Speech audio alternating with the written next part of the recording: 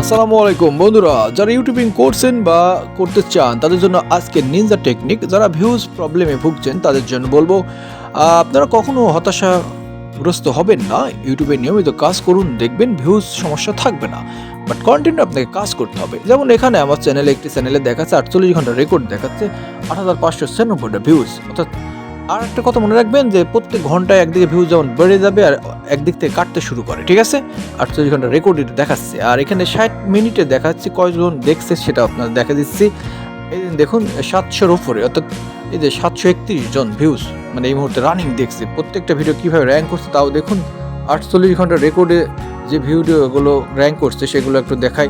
এই যে দেখুন, প্রথমেই দেখুন এটা প্রবেশ করছি, সেখানে দেখুন 6600 অর্থাৎ 6.6K ভিউজ হয়ে গেছে একটাতে, ঠিক আছে দর্শক। পরেরটা আবারও দেখছি, ওরা কত ভিউজ আছে সেটা আমরা দেখছি, দেখুন 7.2K ভিউজ হয়ে গেছে দর্শক।